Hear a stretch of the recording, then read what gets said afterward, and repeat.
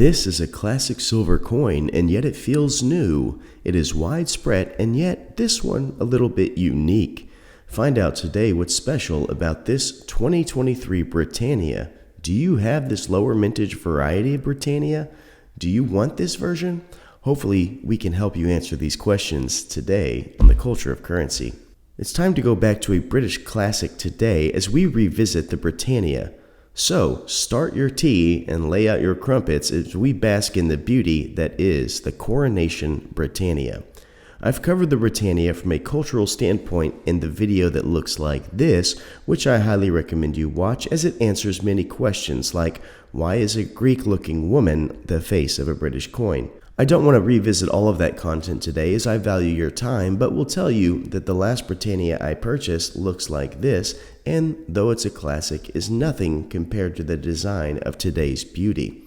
It has been such a pleasure to see the rebirth of so many coins over the past 5 years, and I've held off on getting this updated version until I knew I could get one that was a bit unique. I would like to say out front that this older Britannia did score a 48, which is quite high, and that is due to a snake privy I found on the coin.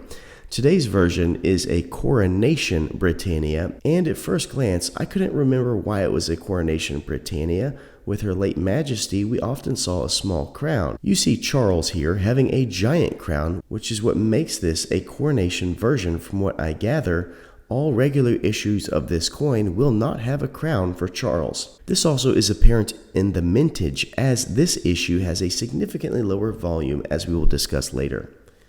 I must say at the get-go, I'm not someone who is an expert on English royalty, and will defer to the comments to let me know where I might have missed the mark, but it does look like we have a less than accurate depiction of the crown, and I think that is an attempt to center the face of the coin.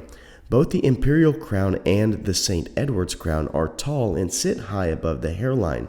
The larger jewels make me think that this is the St. Edward's crown, but either way, we do not see the fur lining that would be at the rim of the crown, nor is it positioned with high arches as these crowns suggest. Like stated earlier, this is probably due to how weird it would look on a coin if the crown were natural scale, as it would require shrinking the head down, and the top of the head would likely be at center of the coin, making for an off-balance view. Maybe there is a crown that is exactly to spec that I'm just unaware of, which is possible, as the closest I've ever come to the British royalty is performing in St. Paul's in London, among other places. I've been to Buckingham Palace, but I've never held audience with the royal line, but that is a topic for another video. So let's go ahead and place this coin on our 60-point scale to see if we have another elite coin to join the ranks of our top tier coins.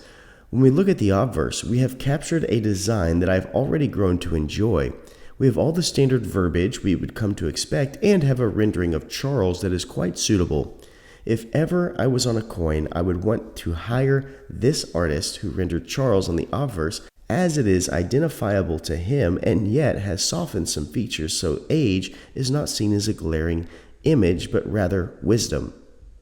The slight curve of the mouth into a smile also gives the impression of understanding and joy, which is a great thing to portray in a leader. I know nothing really about this man Charles, but if you were to take the crown away and he were just a normal person, like this image would suggest, and I were to sit next to him on a long train ride, I imagine I would enjoy a conversation with him.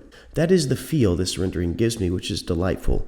Obviously, we have talked about the crown a little, and I reiterate that I think it is a wise choice to modify the proportions of the crown so that this effigy is in balance. Very smart touch. When we look off center to the background, we are showered with the geometrical sequence of textured small shapes that seem to slightly change angles as they fade into the rim, giving such visual enjoyment. I think of all the standard backgrounds in coins, this is my favorite as it is elegant yet simplistic. It changes with the light and always seems to make whatever lay upon it the center of the show.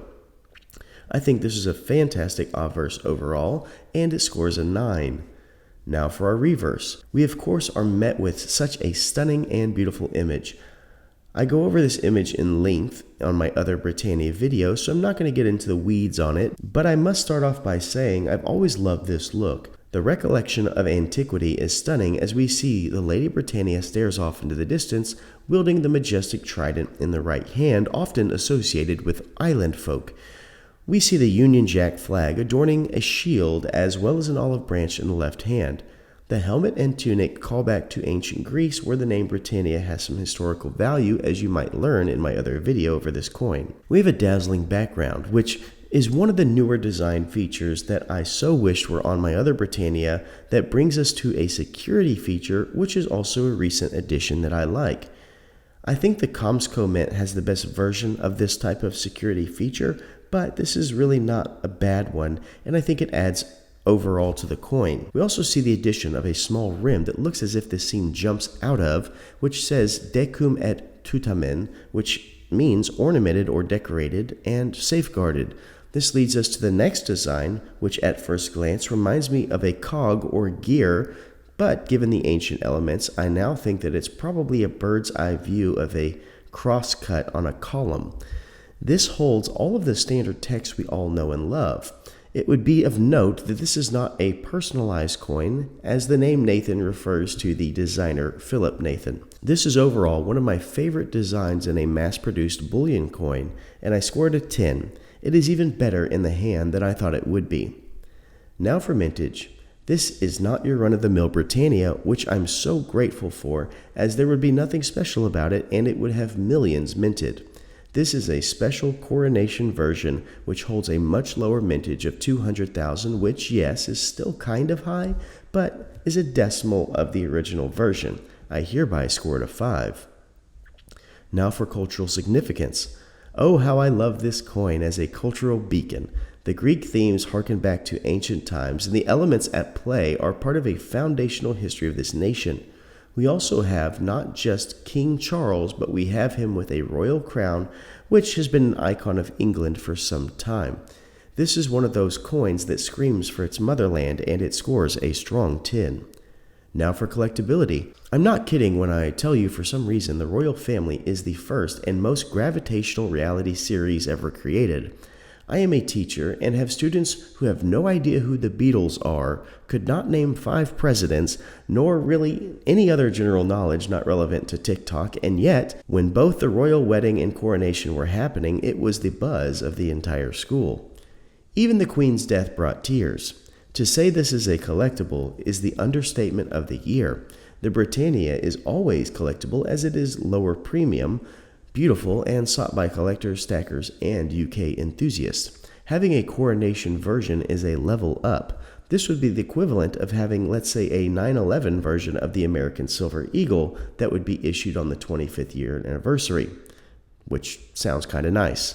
So, US Mint, have your people call my people. This coin is collectible as they come. It scores a 10. Now for uniqueness. This is a version that will only be issued in a single year, but I must admit it took me some time to remember why this coin was different, as I was looking for some type of coronation iconography on the reverse and completely blew past the crown on the obverse. So yes, it is unique, but it is not so unique that one thinks it's a completely different coin from a standard Britannia at first glance. I scored a 7, which brings us to our final thoughts and score. The Britannia crosses the line at 51. This is a marker of elite status and has the lady sitting in the halls of greatness. She joins the best of the best we have ranked and also has become one of my favorite coins in my vast collection.